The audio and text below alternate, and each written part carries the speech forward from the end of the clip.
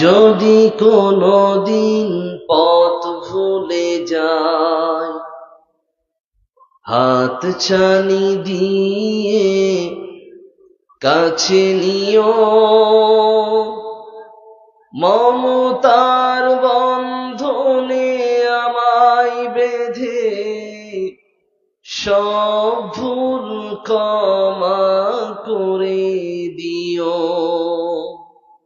আমি যদি কোনদিন পথ ভুলে যাই, হাত ছানি দিয়ে কাছে নিও, মমতার বন্ধনে আমায় বেঁধে সব ভুল ক্ষমা করে দিও।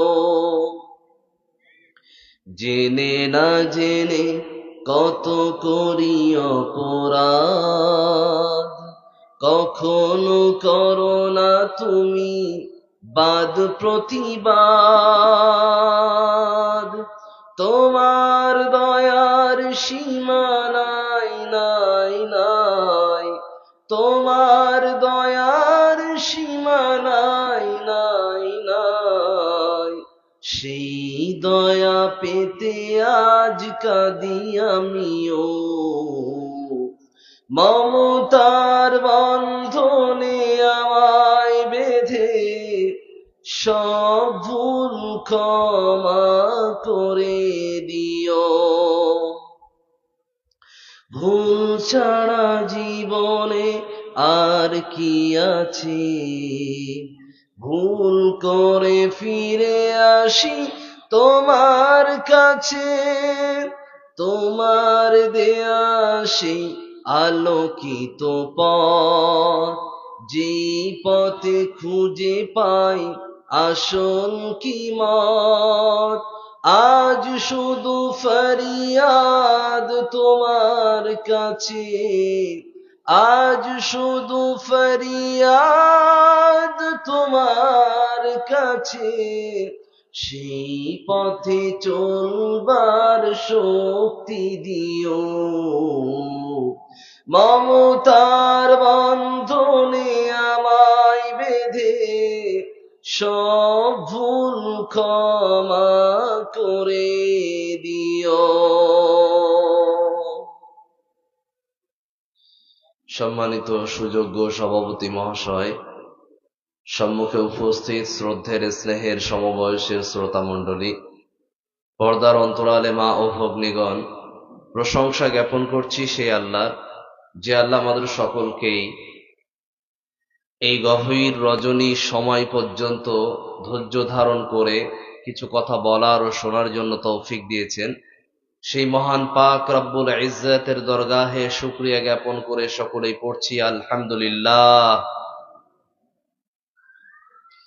অতঃপর অগণিত শান্তির ধারা দরুদ বর্ষিত হোক শেষ নবী মুহাম্মদুর রাসূলুল্লাহ সাল্লাল্লাহু আলাইহি ওয়াসাল্লামের প্রতি সকলেই পড়ছি আমিন।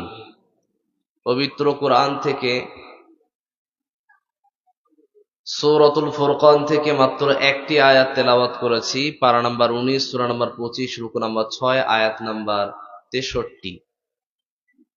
এই আয়াতের আলোকে সংক্ষিপ্তে কিছু কথা বলে আজকের আলোচনা সংক্ষিপ্ত সময়ের মধ্যেই সমাপনী করব ইনশাআল্লাহ তাআলা।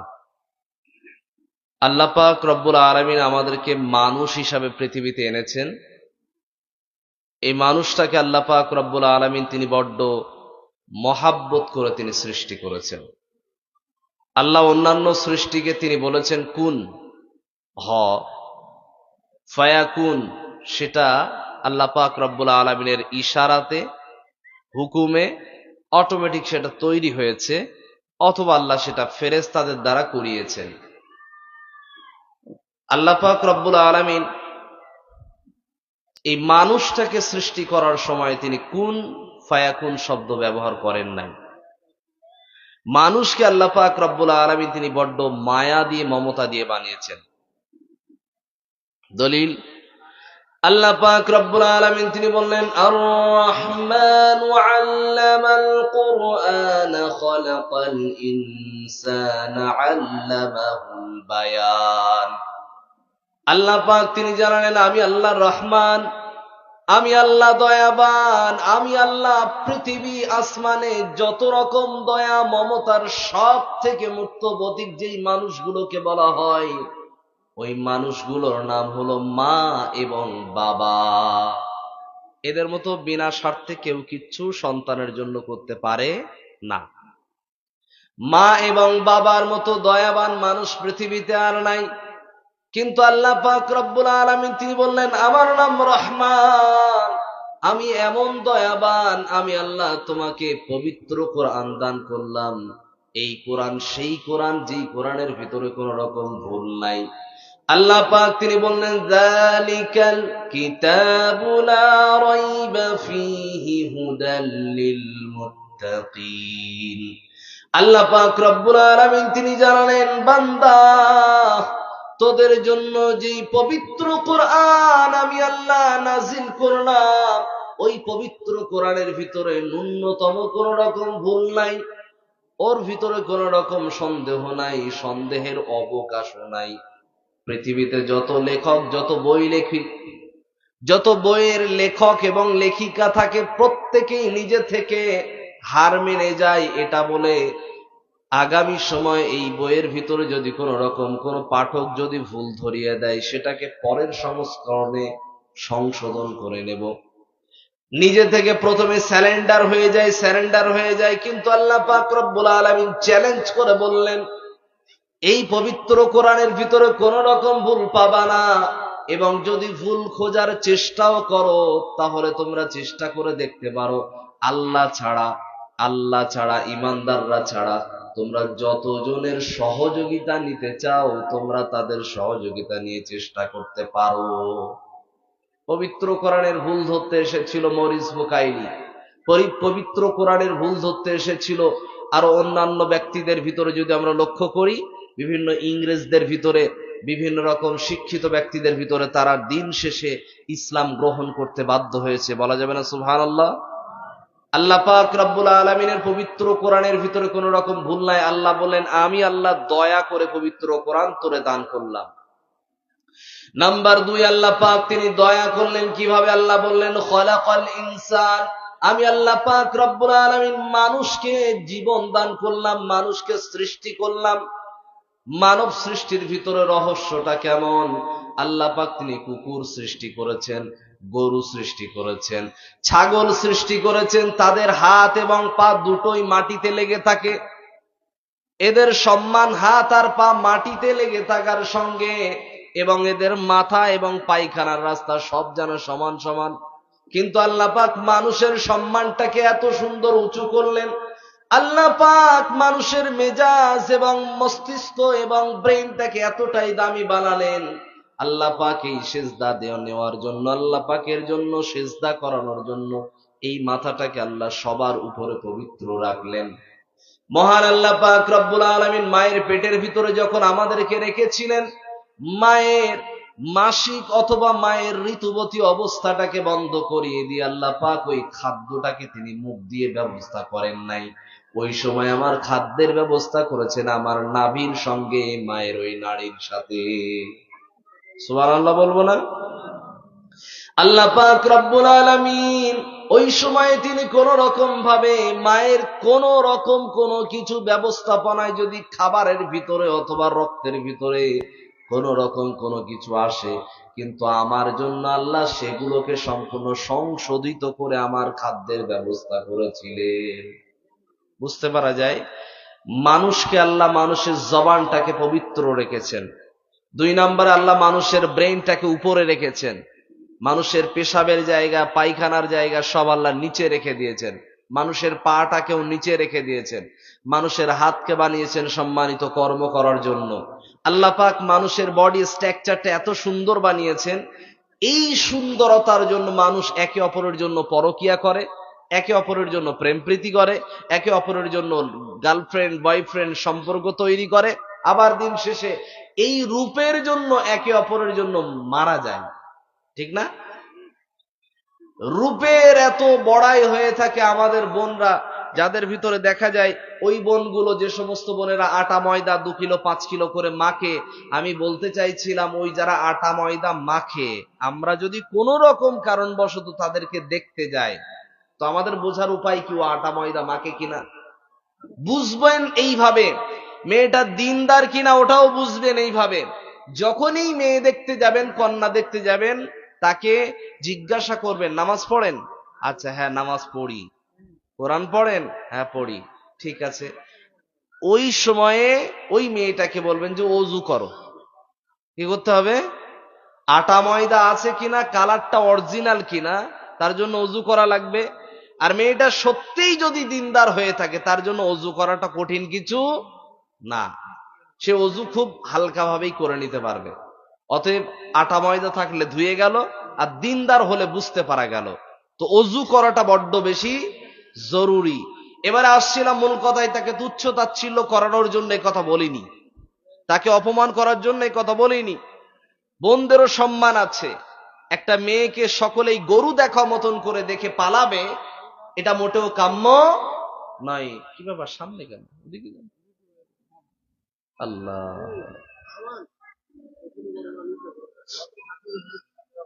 এদিকে এদিকে, ওইখানে ওইটা সমানে, ওইটা সমানে রাখেন, ওইটা সমানে রাখেন। আর কথা বলতে পারবো না। আল্লাহ পাক রব্বুল আলামিন তিনি আমাদেরকে শিক্ষা দিলেন কি? মানুষের রূপটাকে আল্লাহ বানিয়েছেন সৌন্দর্য মণ্ডিত করে। যেই রূপের জন্য ইউসুফ আলাইহিস সালাতু ওয়াস সালাম তার জন্য পাগল হয়ে গেল, তার নাম হলো জুলেখা। ওই রূপের জন্য পাগল হলো। একই রকম কারণবশত বিশ্বনবী সাল্লাল্লাহু আলাইহি ওয়াসাল্লামের বর্ণনা দিতে গিয়ে, আয়েশা রাদিয়াল্লাহু আনহার কথা বলতে গিয়ে, আয়েশা তিনি বলছেন বিশ্বনবী সাল্লাল্লাহু আলাইহি ওয়াসাল্লামের রূপ যদি ইউসুফের রূপ দেখনেওয়ালারা যদি দেখতো, তাহলে বিশ্বনবীর জন্য তারা সে সময় তারা আঙুল কেটেছিল, হাত কেটেছিল, ছাল কেটেছিল, চামড়া কেটেছিল। ওই সময়ের মহিলারা যদি বিশ্বনবীকে দেখতো, তাহলে কলিজা কেটে ফেললো, তারা বুঝতে পারতো না। বিষয়টা এমন, আল্লাহ পাক তিনি বললেন লাকাদ খালাকনাল ইনসানা ফি আহসানি তাকওয়িম।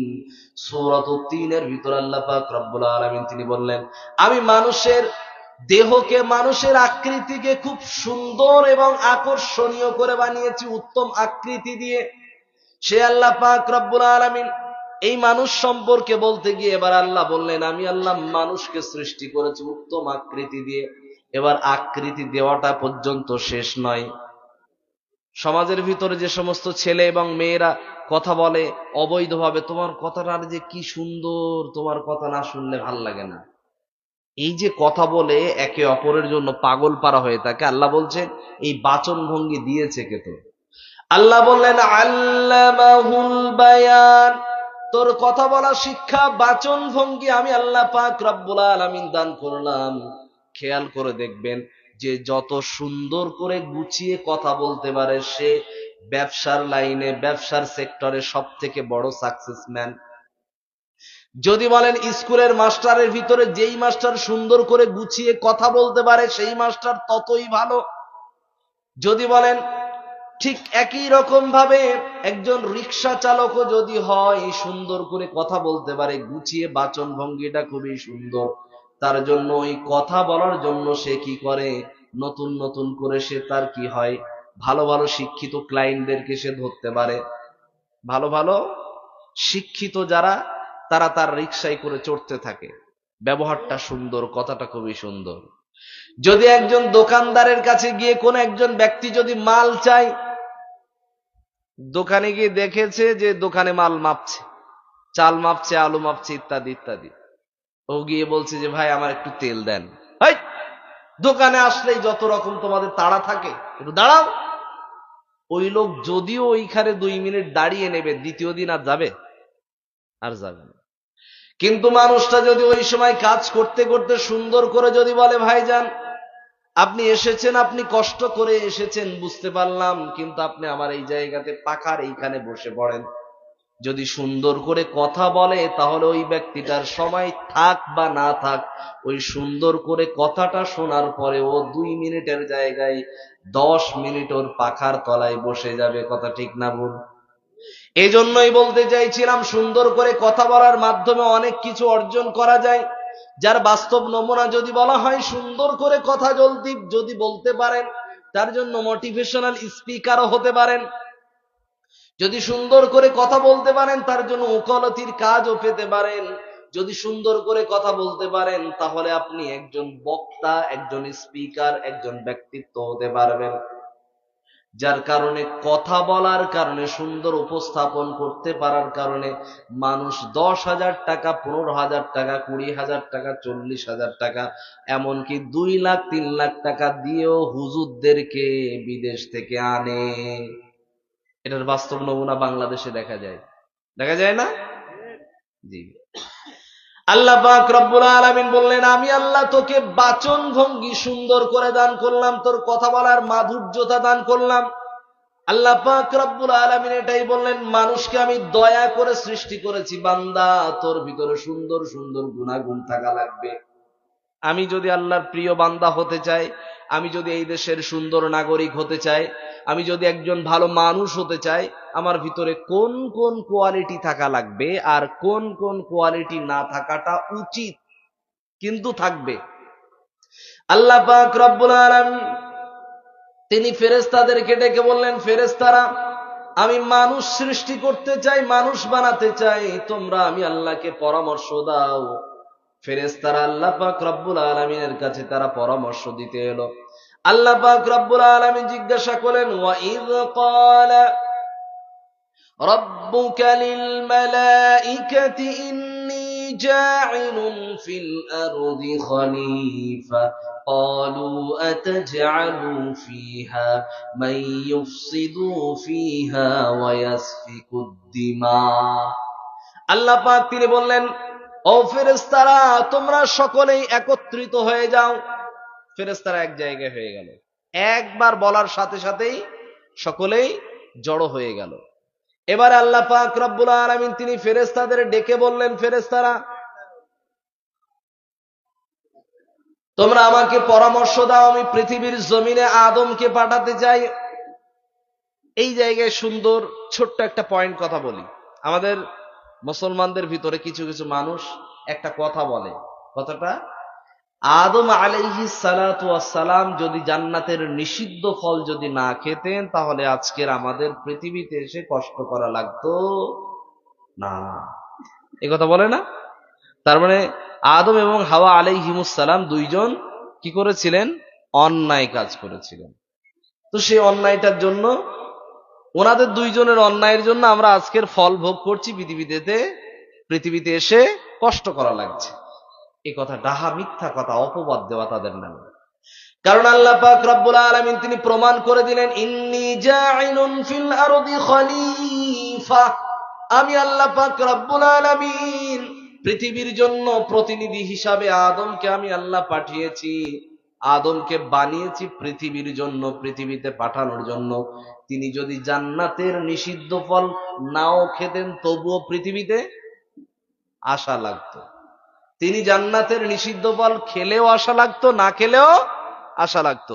তবে সেই জান্নাতের নিষিদ্ধ ফল খাওয়ার পরে তারা বুঝতে পারলো, জান্নাতের পবিত্র পোশাক যখন খুলে গেল, তখন তারা আল্লাহর কাছে ক্ষমা চাইল। রব্বানা, সকলে পড়েন, রব্বানা যালামনা আনফুসানা ওয়া ইল্লাম তাগফির লানা ওয়া তারহামনা লানাকুনান্না মিনাল খাসিরিন।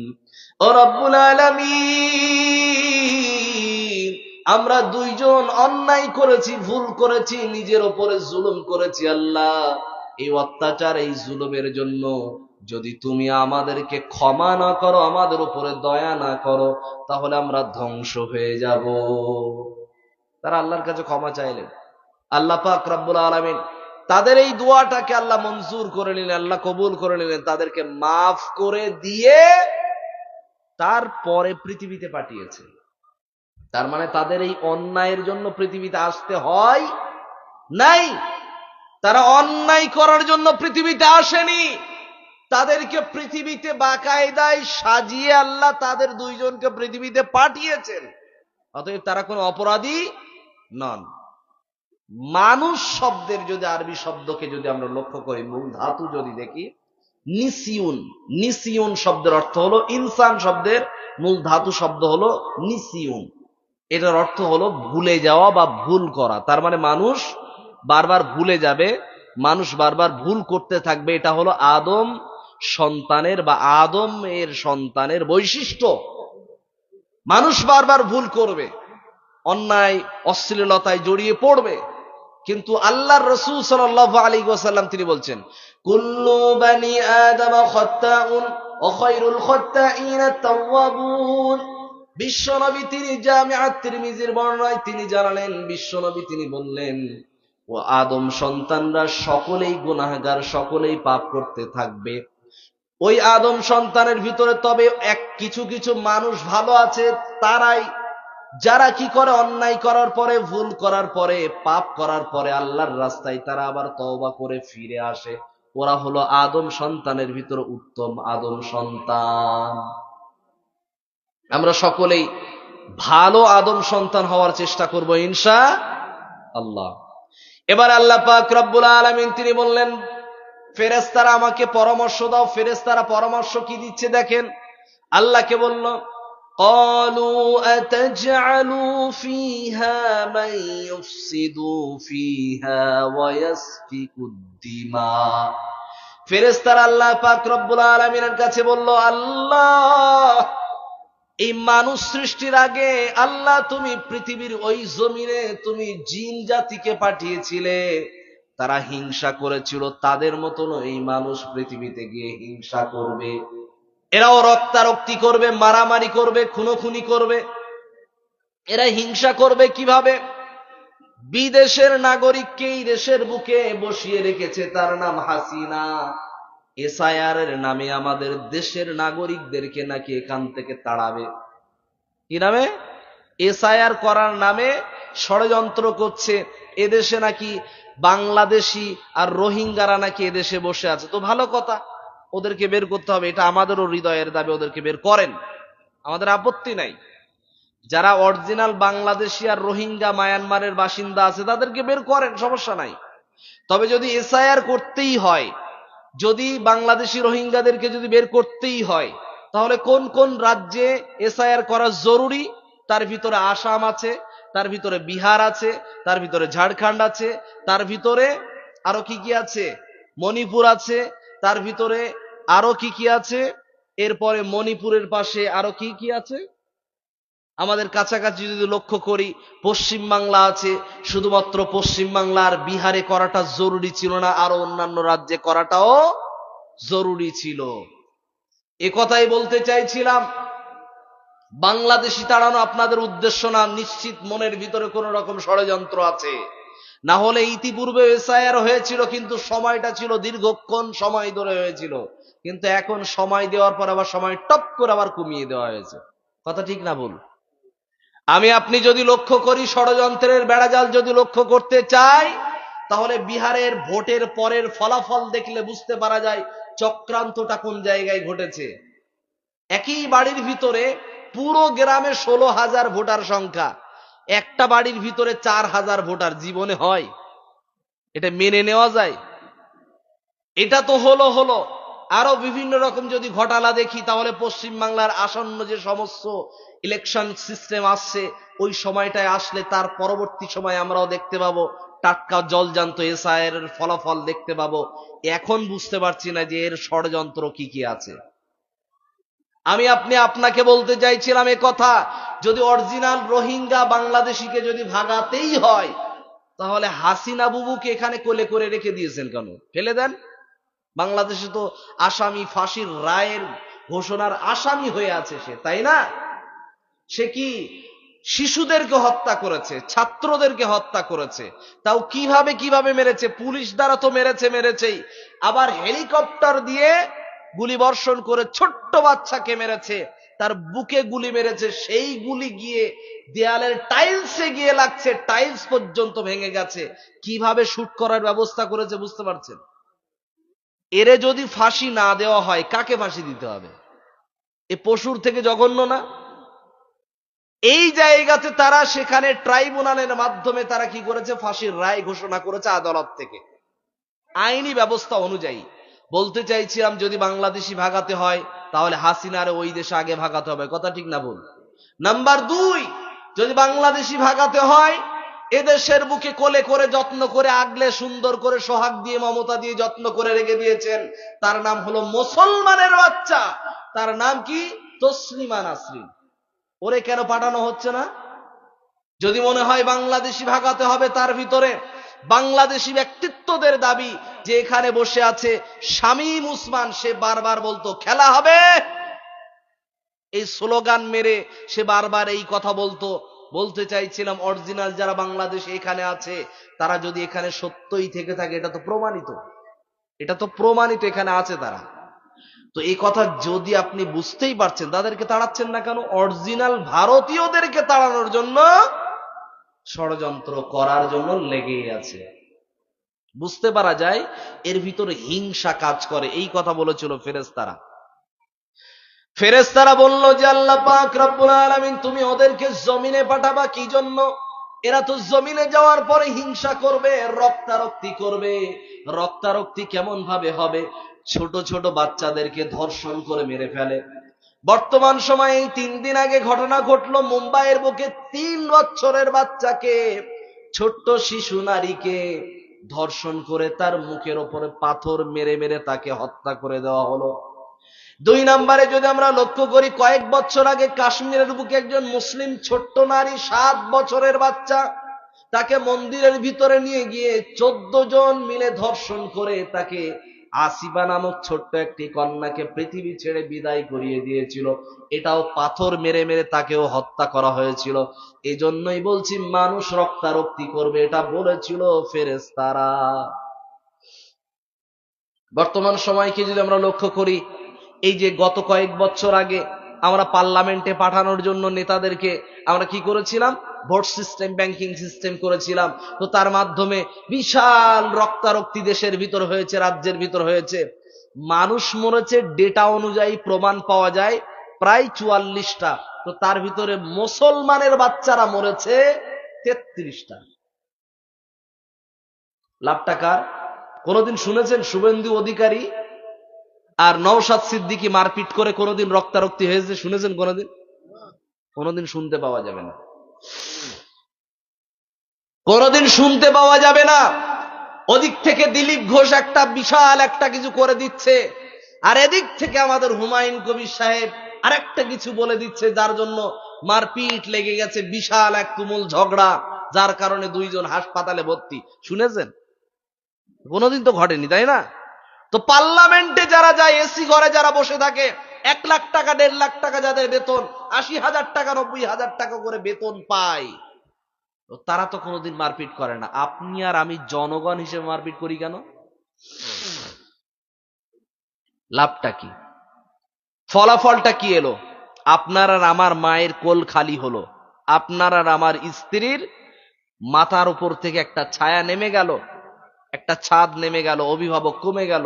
দুঃখ তো আপনি আমি বুঝতে পারি না, মরার পরে তাদের জায়গা, ওই জায়গাটাতে তারা বোঝে কি সাফারিং তারা করে। আমি আপনাকে বলতে চাইছিলাম জনগণ জনগণ মারামারি করবে, রক্তারক্তি করবে, এটা ফেরেশতাদের অভিজ্ঞতা থেকে তারা বলেছিল। তারা কিন্তু ভবিষ্যৎ জানে? ফেরেশতারা ভবিষ্যৎ জানে না, ফেরেশতাদের পূর্বের অভিজ্ঞতা মানুষের নামে চালিয়েছিল। এবার আল্লাহ পাক রব্বুল আলামিন তিনি ফেরেশতাদের কাছে জিজ্ঞাসা করলেন, ফেরেশতারা নিষেধ কেন করো? মানুষ সৃষ্টি করতে গিয়ে কথা তোমরা কেন বলছো? আল্লাহ পাক রব্বুল আলামিনের কাছে ফেরেশতারা সাথে সাথে বলল, আল্লাহ মানুষকে কেন সৃষ্টি করবা? আল্লাহ পাক তিনি বললেন, ওরা যাতে আমার ইবাদত করে, আমার গোলামি করে, আমার বান্দেগি যাতে করে, আমি আল্লাহর সিজদা করে, আমি আল্লাহর জন্য মাথা নত করে, এই জন্যই তাকে আমি সৃষ্টি করব। আল্লাহ পাককে ফেরেশতারা সাথে সাথেই বলল, ওয়ানাহনু নুসাব্বিহু বিহামদিকা ওয়া নুকদ্দিসু লাক। আল্লাহ পাক তিনি বললেন, তোমার প্রশংসা করার জন্য, তাসবিহ করার জন্য, ইবাদত করার জন্য, জিকির করার জন্য আমরা কি যথেষ্ট নই? ফেরেশতারা প্রশ্নের পর আল্লাহ পাক তিনি বললেন, ক্বালা ইন্নী আ'লামু মা লা তা'লামুন, ভবিষ্যৎ সম্পর্কে, মানুষ সম্পর্কে আমি আল্লাহ যতটা জ্ঞান রাখি তোমরা ততটা জানো না। আল্লাহ পাক তিনি কমেন্ট করে এবারে বললেন, মানুষ তৈরি হবে, আদমকে পাঠানো হবে, আদমকে পৃথিবীতে পাঠানো হবে, আদম সন্তান বৃদ্ধি করা হবে। আমি আল্লাহর সিদ্ধান্ত চূড়ান্ত, ফাইনাল। আমি যেটা জানি তোমরা ওটা জানো না, ওটা সম্পর্কে জ্ঞান রাখো না। আল্লাহ পাক রব্বুল আলামিন তিনি মানুষকে পাঠাবেন বলে এবারে বুঝতে পারা যায় মানুষের ভিতরে দোষ ত্রুটি, অন্যায়, বিভিন্ন রকম ভুল ত্রুটি থাকতেই পারে। তবে মানুষ ওই ব্যক্তিদের ভিতরে ভালো, ওই ব্যক্তিটা, যেই ব্যক্তিটা কি করে, অন্যায় ভুল করার পরে আল্লাহর রাস্তায় পুনরায় ফিরে আসে, আল্লাহ পাক রব্বুল আলামিনের কাছে অনুতপ্ত হয়, আল্লাহ পাকের কাছে ক্ষমা চায়। মানুষের কাছে ভুল করলে মানুষের কাছে ক্ষমা চাইবে। আল্লাহ পাক তিনি বললেন, যদি পৃথিবীতে ভালো মানুষ হওয়ার প্রয়োজন মনে হয় তাহলে তোমরা কি করবে? তোমরা কয়েকটি বৈশিষ্ট্য অর্জন করবে। এক নম্বরে আল্লাহ বলেন সূরাতুল ফুরকান, পারা নাম্বার 19, সূরা নাম্বার 25, রুকু নাম্বার 6, আয়াত নাম্বার 63, আল্লাহ বললেন, ওয়া ইবাদুর রাহমানিল্লাযীনা ইয়ামশুনা আলাল আরদি হাওনা। বান্দা, আমি আল্লাহর প্রিয় বান্দা যদি হতে চাও, দেশের যদি ভালো নাগরিক হতে চাও, তাহলে তোমাদের বিনয়ী হওয়া লাগবে। বিনয়ী হতে হবে। বিনয়ী মানুষের শত্রু হবে না। যদি বিনয়ী হতে পারেন তাহলে আপনার শত্রু কমে যাবে। যদি বিনয়ী হতে পারেন তাহলে আপনার বন্ধুত্ব বেড়ে যাবে, মানুষের সঙ্গে সম্পর্ক ভালো হবে। আমাদের আচরণ যত রূঢ় আচরণ হবে, আমরা যত অহংকারী হব, মানুষ তত আমার কাছ থেকে কেটে পড়বে, আমার পাশে থাকবে না কেউ। অতএব আমাদের বিনয়ী হওয়া লাগবে। বিনয়ী হওয়ার মানে হলো আমি একজন ভালো জামাই। বিনয়ী হতে পারলে আমি একজন বাড়ির ভালো সন্তান। আমি বিনয়ী হতে পারলে আমি বাড়ির একজন ভালো বাবা, বাড়ির একজন ভালো দুলাভাই, আত্মীয়দের ভালো একজন আমি ভাই, ভালো একজন আত্মীয়, ভালো একজন কুটুম। অতএব বলতে চাইছিলাম বিনয়ী হওয়া লাগবে এবং মা বাবার সামনে সবার থেকে বেশি বিনয়ী থাকা লাগবে। আল্লাহ পাক রব্বুল আলামিন এ ব্যাপারে তিনি বলেন, ইম্মা ইয়াবলুগান্না ইনদাকাল কিবারা আহাদুহুমা আও কিলাহুমা ফালা তাকুল লাহুমা উফফিন ওয়ালা তানহারহুমা ওয়া কুল লাহুমা কাওলান কারীমা। আল্লাহ পাক রব্বুল আলামিন তিনি বললেন, বান্দারে, মা বাবার সাথে ইহসান করবে, কিন্তু কিভাবে করবা? মা বাবার সামনে বিনয়ী থাকার অর্থ এটা, মা বাবাকে খোঁচা দেওয়া যাবে না, খোঁটা দেওয়া যাবে না, মা বাবার সাথে বিয়াদবি করা যাবে না, মা বাবার সামনে কোন রকম ভাবে তর্কে জড়ানো যাবে না, অতিরিক্ত কথা বলা যাবে না, জোরে কথা বলা যাবে না, জোরে তার সামনে দাপাদাপি লাফালাফি করা যাবে না। মা ফোন করে বলছে, বাবা বাড়িতে আয়, ভাতটা খেয়ে যা, তোর জন্য আমি বসে আছি। এই, এত ফোন করে জ্বালাতন করো, ভাল লাগে না, ফোন রাখো। মানে এই কথা বলা যাবে না। মাকে পরিষ্কার রূপে সুন্দর করে বলতে হবে, মা বাইরের খাবার না খেয়ে থাকি আর না থাকি এটা বিষয় না, আমি বাড়িতে গিয়ে তোমার হাতের রান্না খেয়ে তারপরে আমার মনটা ঠান্ডা হয়। মাকে যদি এটা বলতে পারেন, মা আপনার জন্য আল্লাহর কাছে, রবের কাছে দোয়া করতে বাধ্য হয়ে যাবে। মা আল্লাহর কাছে দোয়া করতে থাকবে, রব্বুল আলামিন আমার কোলের মানিকটাকে আমার কোলে তুমি ফিরিয়ে দিও। আমার হাতের যে রান্না আমি তৈরি করেছি মমতা দিয়ে, আল্লাহ আমার সন্তানের মুখে ওই খাবারটা তোলার পরে তুমি অন্য কিছু রহমত দিয়ে ব্যবস্থা করে দাও আল্লাহ। সে আল্লাহর কাছে দয়া ভিক্ষা চাইবে আপনার আর আমার জন্য। অতএব মায়ের দুয়ার চাওয়াটা পাওয়াটা অনেক বেশি জরুরি, এর জন্য বিনয়ী হওয়া লাগবে। আল্লাহ পাক রব্বুল আলামিনের রাসূল করিম সাল্লাল্লাহু আলাইহি ওয়াসাল্লাম তিনি বললেন, বিনয়ী হওয়ার অর্থ আরেকটা হলো, সেটা হলো সৎ সন্তান হওয়া। সৎ সন্তান হলে আল্লাহ পাকের রাসূল তিনি বললেন, আওয়ালাদিন সালিহিন ইয়াদউ লা, মা বাবা যখন মৃত্যুবরণ করে তার আমলনামাটা সম্পূর্ণ ক্লোজ হয়ে যায়, বন্ধ করে দেওয়া হয়ে যায়।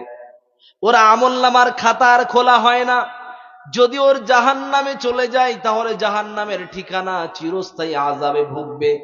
অতএব ওই জায়গাতে যদি কোনো রকম আযাব কমানোর ব্যবস্থা করা লাগে, তাহলে সন্তান নামক নেক সন্তান মা বাবার কবরের কাছে গিয়ে দোয়া করলে আল্লাহ পাক রব্বুল আলামিন ওই দুয়ার বদৌলতে, মাদ্রাসার দানের বদৌলতে, ঈদগাহের দানের বদৌলতে, মসজিদের দান করার বদৌলতে মা বাবার কবরের আযাবটাকে আল্লাহ ওই আমল নামা খুলে দিয়ে কিছুটা আযাব কমিয়ে দেওয়ার ব্যবস্থা করে দেয়। বলা যাবে না সুবহানাল্লাহ? তাহলে নেককার সন্তান, সৎ সন্তান, সালেহ সন্তান, বিনয়ী সন্তানের দুয়ার পাওয়ার অনেক বেশি আছে। এজন্যই বলতে চাইছিলাম, সন্তান মা বাবার সামনে বেশি লাফালাফি করেন না। পৃথিবীর অন্যান্য নেতাদের বেশি চাটাচাটি করার দরকার নাই। আমাদের সমাজে মানুষ আগে পা চাটতো নেতাদের, এখন তো চটি চাটে। চটি দেখা যায় না? ভিডিও ক্যামেরা করে, অন ক্যামেরা করে মানুষকে দেখায় যে দেখো আমি চটি পড়ি। আমি কি পড়ি? তুমি চটি পড়ো আর যাই পড়ো, তোমার চটি দেখার আমাদের দরকার নাই। আর একজন তো আমাদের সামনে ডাইরেক্ট বলেই দেয়, হাম ফকির আদমি হ্যায়, ঝোলা নেকে নিকাল পড়েঙ্গে। ভাই তুমি ফকির হওয়ার চাওয়ালা হও, আমাদের দেখার দরকার নাই। আমাদের দেখার দরকার হলো দেশের ভিতরে তুমি রেল বিক্রি করেছো, তুমি দেশের মনুমেন্ট গুলো বিক্রি করেছো, তুমি দেশের কয়লা খনিকে বিক্রি করেছো, তুমি দেশের তেল খনিকে বিক্রি করে দিয়েছো, দেশের অর্থনীতি বিভাগকে তুমি বিক্রি করে দিয়েছো, কার কাছে দিয়েছো? এটা আমাদের প্রশ্ন। আমরা যখন পড়ালেখা করে কোন রকম ভাবে প্রশ্ন করা শিখেছি, তখন তুমি বলছো প্রশ্ন কেন করো? প্রশ্ন করবো না তো কি করব? তো প্রশ্ন করার মতো শিক্ষা ব্যবস্থা রেখেছো তো এখনো। এক কাজ করো, পুরো দেশটাকে শিক্ষা ব্যবস্থাকে বন্ধ করে দাও। তাই তো করেছো। উত্তরপ্রদেশের বুকে ৭,০০০-এর উপরে স্কুল বন্ধ করে দেওয়া হয়েছে। প্রায় ২৭,০০০-এর মতো মদের দোকান উদ্বোধন করা হয়েছে। এটা তোমাদের শিক্ষার আলোকিত ব্যবস্থা, তাই না? দেশকে বিকাশ কর রহে হ্যায়, বহুত বিকাশ হচ্ছে। বলে না বেটি বাঁচাও, বেটি বাড়াও, বেটি বাঁচাও, বেটি পড়াও। বেটিদেরকে যে বাঁচাবে তার তো ব্যবস্থা করতে হবে, তাই না? শুনেছিলাম আইন হয়েছে দেশের ভিতরে, শিশুরা ধর্ষিতা হলে, ছোট বাচ্চা মেয়েরা ধর্ষিত হলে তাদের ওই ধর্ষণকারীকে ফাঁসি দেওয়া হবে। ভারতবর্ষের ডেটা থেকে পাওয়া যায়, প্রতি ২৪ ঘন্টায় এদেশের বুকে ১০০-র ওপরে, অর্থাৎ ১১০টা করে মেয়েরা ধর্ষিতা হয় এদেশের বুকে। আচ্ছা, আজ পর্যন্ত কোন ধর্ষকের ফাঁসি হয়েছে আমরা দেখতে পেয়েছি? হ্যাঁ? তা আইন করে কি করেছেন? ৩৭০ ধারা বাতিল করলেন, আইন করলেন তো দেশের ভিতরে খুব জাঁকজমক। আজ বললেন কালকে বাস্তবায়ন। তালাক বিল পাশ করলেন তো সাথে সাথে বাস্তবায়ন। তো ফাঁসির বিলটাও তো পাশ করেছেন, বাস্তবায়ন কবে করবেন আমরা দেখতে চাইছি। আরে উদ্বোধন করেন না। যদি কোনো মুসলমান ধর্ষককেও যদি পান, তাকে ফাঁসি দিয়ে অন ক্যামেরা সারা বিশ্বকে লাইভ দিয়ে দেখিয়ে দেন যে মুসলমানদের কোরআনের আইনি ব্যবস্থা হলো ধর্ষকদের পাথর মেরে মেরে মেরে ফেলতে হয়। ওই রকম আইন তোমরা ক্রস ফায়ারে গুলি করে ফাঁসি দিয়ে যাও, একটা ব্যবস্থা তো নিয়েছো, মৃত্যুদণ্ড তোমরা কার্যকর করেছো, এটা দেখাও একটা। আমরা চাই ওটা। দেশের আইনকে আমরা ভালোবাসি, দেশের সংবিধানকে আমরা ভালোবাসি। বলতে চাইছিলাম, এদেশের বুকে আমরা বসবাস করছি, দেশের জনগণকে শান্তি দেওয়ার জন্য নেতাদেরকে পার্লামেন্টে পাঠানো হয়, নেতাদের চটি চাটার জন্য আমাদের দরকার নাই। কথা ঠিক না ভুল? নেতাদের চটি চাটা যাবে না। যদি চটি বা তাদের পায়ের কতটা দাম যদি লক্ষ্য করতে হয়, কম্পেয়ার করেন। নেতাদের পায়ের তলায়, চটির তলায় গন্ধ কিছু থাকতে পারে, কিন্তু আমার আপনার মা আর বাবার পায়ের তলায় জান্নাত পাওয়া যাবে। কথা ঠিক না ভুল? অতএব নেতাদের পায়ের তলায় গিয়ে লাভ নাই। যদি ঘুরতেই হয়, মায়ের পায়ের তলায় খুঁজে দেখেন কি আছে, সম্পদ আছে। আবার যদি লক্ষ্য করে দেখা যায় যে মায়ের পায়ের তলায় কি আছে, দেখি তো, না খুঁজে পাবেন না কিছু। ওই পাটা অনেক দাম। ওই পায়ের কাছে থাকেন, পায়ের কাছে সবসময় নত হয়ে থাকেন, মানুষের মতো বিনয়ী হয়ে থাকেন, মা বাবার দোয়া কাজে লেগে যাবে। বেঈমান নেতাদের দোয়া আপনার আমার কাজে কখনো লাগে না, কারণ তারা যখন স্বার্থ ফুরিয়ে যায় তখন কি করে, বিভিন্ন মানুষদের মতো উচ্ছিষ্ট মনে করে তাদেরকে ফেলে দেয়। দেখিনি আমরা, ব্যবহার করা হয়ে গেছে তাকে ফেলে দিয়েছে, তাকে বাদ দিয়ে দিয়েছে। যাকে বলা হয়, বিভিন্ন সময় আমরা দেখতে পেয়েছি তিহার জেলে কারা কারা গিয়েছিল, বিহারের জেলে কারা কারা গিয়েছিল, আলিপুর জেলে কারা কারা গিয়েছিল, আমরা নেতাদের দেখিনি। যাদের ব্যবহার করা শেষ, তো দেশ থেকে তাকে কি করা হলো, দল থেকে তাকে কি করা হলো, আমরা জানি না, চিনি না, উনি কি অন্যায় করেছে আমরা জানি না, ওই অন্যায়ের সঙ্গে আমাদের সম্পর্ক নাই। আমি আপনাকে বলছি, মা বাবার সঙ্গে থাকেন, মা বাবা আপনার পাশে দাঁড়াবে। মা বাবার পায়ের অনেক দাম আছে। যদি তোষামত করতেই হয়, যদি পা যদি চাটতেই হয়, যদি পা যদি জড়িয়ে ধরতে হয়, তাহলে কার ধরবো আমরা? মা বাবা, আর কারো না। আল্লাহ পাক রব্বুল আলামিন তিনি বললেন, অহংকারী হওয়া যাবে না, বিনয়ী হওয়া লাগবে। 2 নাম্বার আল্লাহ পাক রব্বুল আলামিন তিনি বললেন, আল্লাহ পাক রব্বুল আলামিন তিনি জানালেন, অহংকারী মুক্ত হতে গেলে, বিনয়ী হতে গেলে আল্লাহর কাছে দোয়া করতে হয়। আল্লাহ পাক তিনি জানালেন, আল্লাহুম্মা জাআলনি ফি আইনি সগীরা ওয়া ফি আয়ুনিন নাসি কাবীরা। আল্লাহ পাক তোমার কাছে ভিক্ষা চাই, আল্লাহ আমাকে, আমার নজরে আমাকে ছোট বানিয়ে দাও, আমি যেন আমাকে ছোট মনে করতে পারি, আল্লাহ ওটা তৌফিক দাও। আমার অ্যাটিটিউডটা যেন এমনটা না হয়, আমাকে চেনো, আমি কি আমারে চেনো, তুমি কি, তোমারে চিনে আমার লাভটা কি, এই কথা বলে না অনেকেই, আমাকে চেনো আমি কে। এই যে পরিচয় দেয়, এর এই বাক্যের ভিতরে, এই শব্দের ভিতরে কি লুকিয়ে আছে? অহংকার লুকিয়ে আছে। তো আল্লাহর কাছে চাইতে হবে, আল্লাহ আমাকে, আমার নজরে আমার অ্যাটিটিউড যেন এমনটা হয়, বিনয়ী স্বভাব যেন থাকে আমার ভিতরে, মানুষ যেন আমার কাছ থেকে যেন নিরাপদে থাকে, মানুষ যেন আমার কাছ থেকে যেন ত্রাস সৃষ্টি যেন মনে না হয়, মানুষ যেন আমাকে দেখে ভয় না পায়। আল্লাহ পাক রব্বুল আলামিনের কাছে আরো বলা লাগবে, আল্লাহ মানুষের নজরে আমাকে বড় করে দেওয়ার মতো আমাকে কাজ করার তৌফিক দাও, সোসাইটিতে কাজ করার তৌফিক দাও, মানুষের জনসেবায় কাজ করার তৌফিক দাও। আল্লাহর কাছে ভিক্ষা চাইতে হবে এবং নিয়ত করে রেখে ওই অনুপাতে কাজ করা লাগবে। দেশের ভিতরে বহু জনগণ গরিব দুঃখী আছে, তাদেরকে ভিক্ষা দেবেন না, খেয়াল করে শুনবেন, ভিক্ষা মানুষকে দেবেন না, যদি মানুষকে দিতেই হয় কিছু, তাহলে সহযোগিতা করবেন।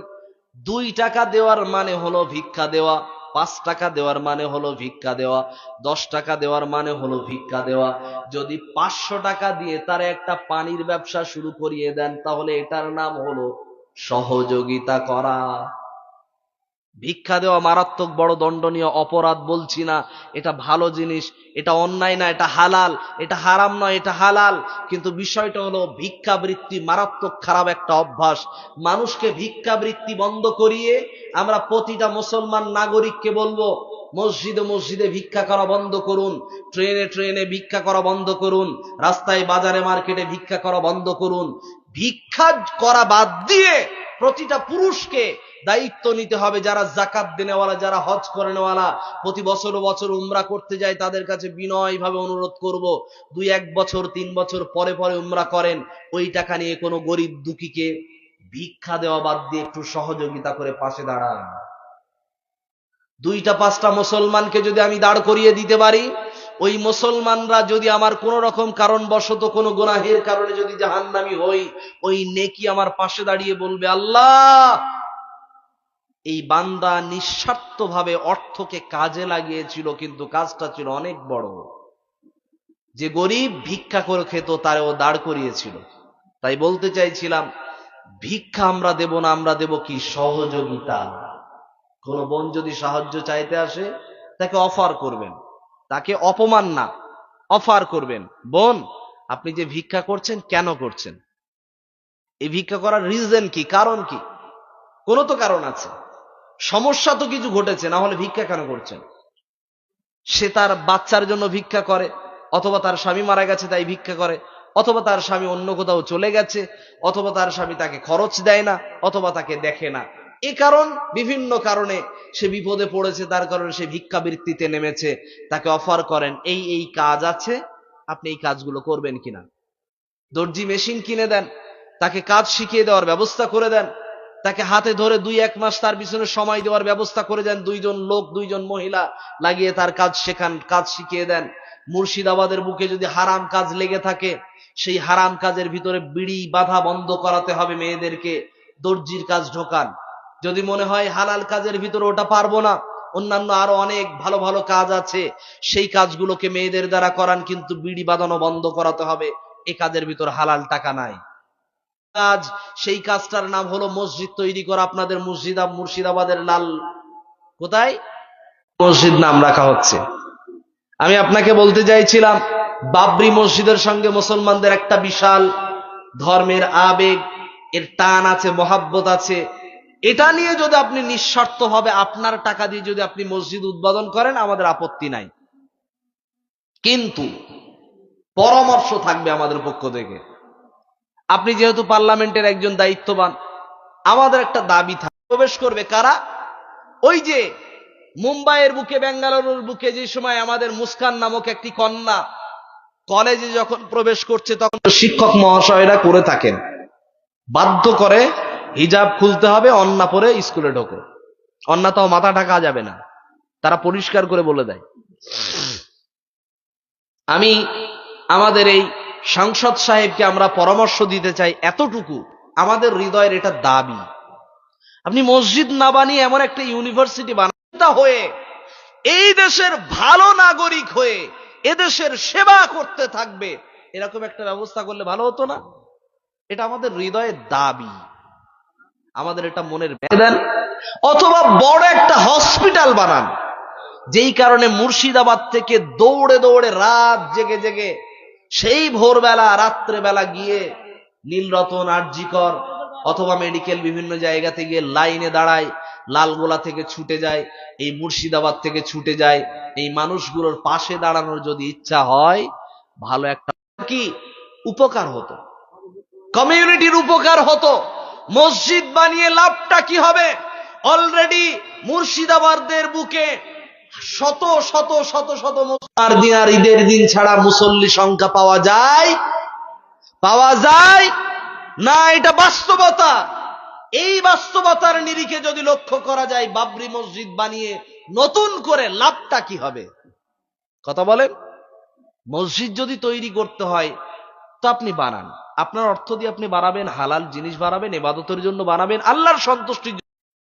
আপনার বানানো নিয়ে আমরা কি করি না, আপনাকে অপরাধী বানাচ্ছি না। বর্তমান সময়ে এটা নিয়ে অনেক ইস্যু হচ্ছে। ইস্যুটা কি? উনি যে বাবরি মসজিদ বানাচ্ছে তা নিয়ে অনেকের আবার মন্দির বানান, অথবা নিউ টাউনে নতুন করে মসজিদ বানানোর পরিকল্পনা করছেন, যেখানে বানানোর প্রয়োজন নাই, তারপরেও বানাবেন বলছেন, তো বানান। আপনাদের পুজোর সময় লাখ লাখ টাকা করে দেবেন, মুসলমানদের কি দিলেন বলেন তো? দিয়েছে কিছু? ইমাম ভাতা দিয়েছে, কার টাকা? ওয়াকাফের টাকা। কাদের? আমাদের। তো আমাদের টাকা আমাদের কি দিলেন? এটা কি দেওয়া হলো? অনুদান হলো? যাই হোক, দিন শেষে হালাল হবে।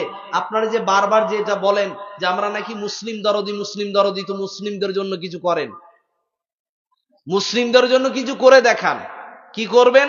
আমরা মসজিদ চাই না আপনাদের কাছে, আমরা আপনার না যেই মাদ্রাসাগুলোকে আপনারা স্যাংশন দিয়েছেন, ওই মাদ্রাসার শিক্ষকদের 11 মাসের বেতন বাকি আছে, ওই মাদ্রাসার শিক্ষকদের বেতনটা দেন। মাদ্রাসার সিনিয়র মাদ্রাসা, হাই মাদ্রাসার শিক্ষকদের যেটুকু বেতন বাকি আছে, ওই বেতনগুলো দেন। আর যেই চাকরিজীবী সন্তানগুলো উপযুক্তভাবে চাকরি পাওয়ার যোগ্য ছিল, যারা ধর্ণা ধরে বসে আছে, অন্বেষণে আছে, যারা আন্দোলনে রপ্ত আছে, তাদেরকে চাকরি দিয়ে তাদেরকে সান্ত্বনা দেন। আমাদের নতুন করে ভিক্ষা দিতে হবে না, লক্ষ্মীর ভান্ডার লাগবে না। দেশের ভিতরে যে মালের দাম বৃদ্ধি হয়ে আছে, মালের দামগুলো কমান, এটা আমাদের হৃদয়ের দাবি। আমরা দাবি করতেই পারি, আমরা দেশের জনগণ। দুবাইয়ে যান, সেখানে কোনো জিনিসেই ট্যাক্স নাই, সব ফ্রি। আর এখানে আল্লাহু আকবার, একটা কলম কিনতে গেলেও ট্যাক্স লাগে, কাফনের কাপড় কিনতে গেলেও ট্যাক্স লাগে। হিন্দু মরে গিয়েও শান্তি নাই, ও যে শ্মশানে যাবে গিয়ে যে পুড়বে, শান্তিভাবে যে পুড়বে, ওই কাঠের ভিতরেও ট্যাক্স লাগানো আছে। কোন জায়গায় শান্তি আছে? রাস্তায় চলতে গেলে বাইক কেনার সময়ও ট্যাক্স দিতে হচ্ছে, তেলেও ট্যাক্স দিতে হচ্ছে। আর তেল তো দিচ্ছে, সেই তেলে আবার কি ইথানল ইথানল ভেজাল মারা আছে, যেই ইথানল সম্পর্কে আমাদের কোনো ধারণাই ছিল না। পেট্রোলের ভিতরে নতুন করে ভেজাল মেরেছে কি ইথানল। আগে দোকানদারদেরকে আমরা বলতাম, এই পেট্রোলের ভিতরে কেরোসিন মারোনি তো? যদি কেরোসিনের গন্ধ একটু পেতাম, এই তোমার তেল আর নেওয়া যাবে না, বলতাম না? বলতাম। কিন্তু বর্তমান সময়ে ডাইরেক্ট ওইখান থেকে, ওই গোড়া থেকে কি করে দেওয়া হচ্ছে, তুই ভেজাল নিবি না মানে নিতে হবে তো।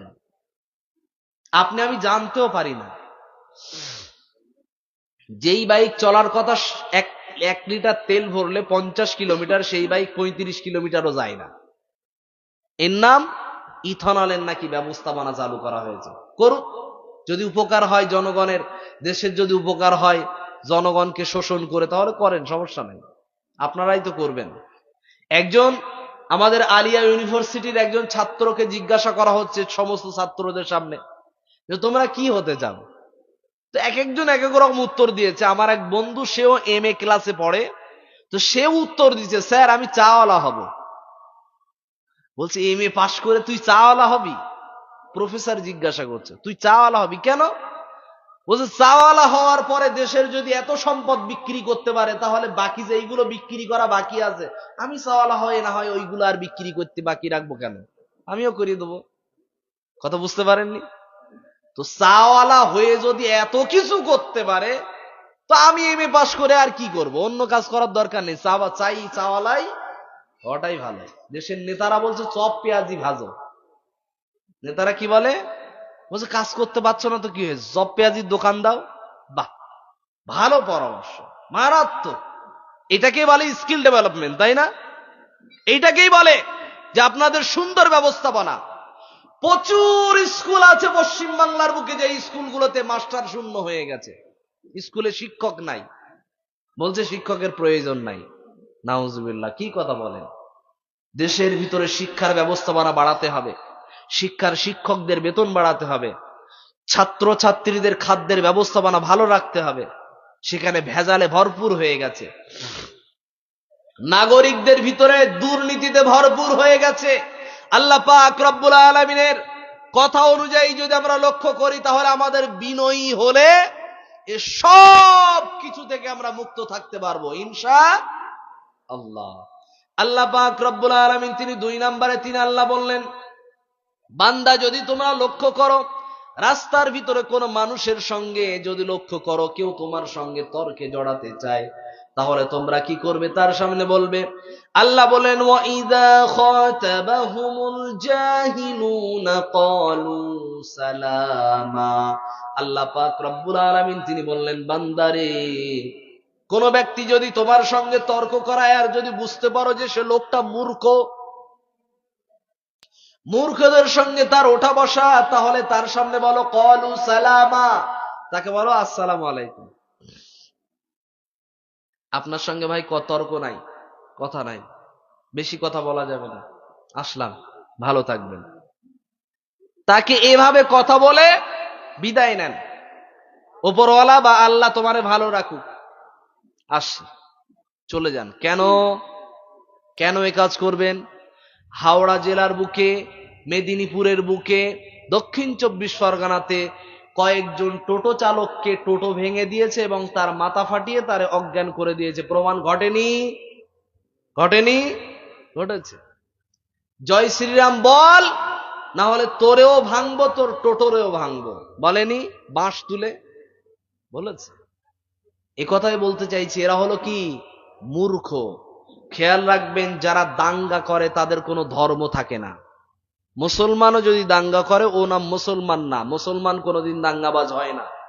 এটা বলেছিল একজন পার্লামেন্টের একজন ব্যক্তিত্ব, তার নাম, তিনি একজন অ্যাক্টর, দীপক অধিকারী দেব।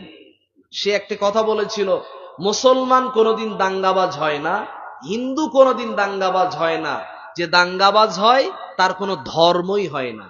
কথা ঠিক না ভুল? কথাটা ঠিক বলেছে। কিন্তু বিষয়টা হলো, আমি আর আপনি এই কথা বলতে চাইছিলাম, যদি দিল্লির বুকে যে বিস্ফোরণ কাণ্ড ঘটেছিল, যে হত্যাকাণ্ড যেটা ঘটেছিল, তার ভিতরে মুসলমানদের নাম জড়িয়ে দেওয়া হয়েছিল। বর্তমানে প্রমাণিত হচ্ছে যে হরিয়ানার কোন একজন মহিলা, প্রিয়ঙ্কা নামের কোন একজন মহিলা, সে নাকি নতুন করে ষড়যন্ত্রের জালে সে ধরা পড়েছে, এর সঙ্গে নাকি তার সম্পর্ক আছে। ধর্ম কার? ও ধর্ম তোমাদের। যদি বলেন মহাত্মা গান্ধীকে হত্যা করেছিল কে, ও ধর্মের লোকটা কে, ওটা তোমাদের, ও লোকটা আমাদের না। যদি লক্ষ্য করা যায় দেশের ভিতরে বড় বড় নেতাদেরকে মেরেছে, আমাদের দেশের প্রাক্তন প্রধানমন্ত্রী নামক একজন ব্যক্তিকে হত্যা করেছে, সে কোন ধর্মের?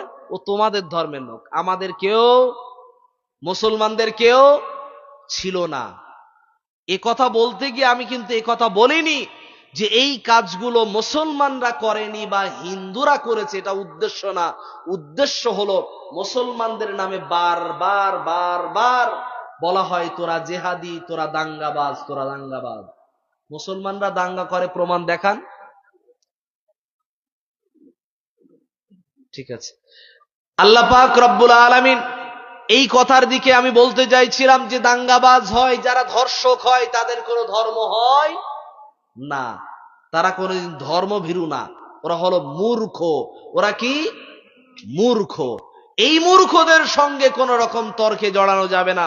কারণ তর্কে জড়াতে গিয়ে আমরা দেখতে পেয়েছিলাম একজন ট্রেনে লজেন্স বিক্রেতা নামক একজন চাচাকে, দাড়িওয়ালা চাচাকে দাড়ি ধরে টান মেরে তাকে লাথি মেরেছে, ঘুষি মেরেছে, চড় মেরেছে, কিল মেরেছে, কিন্তু সেই চাচা কিছু করতেই পারেনি।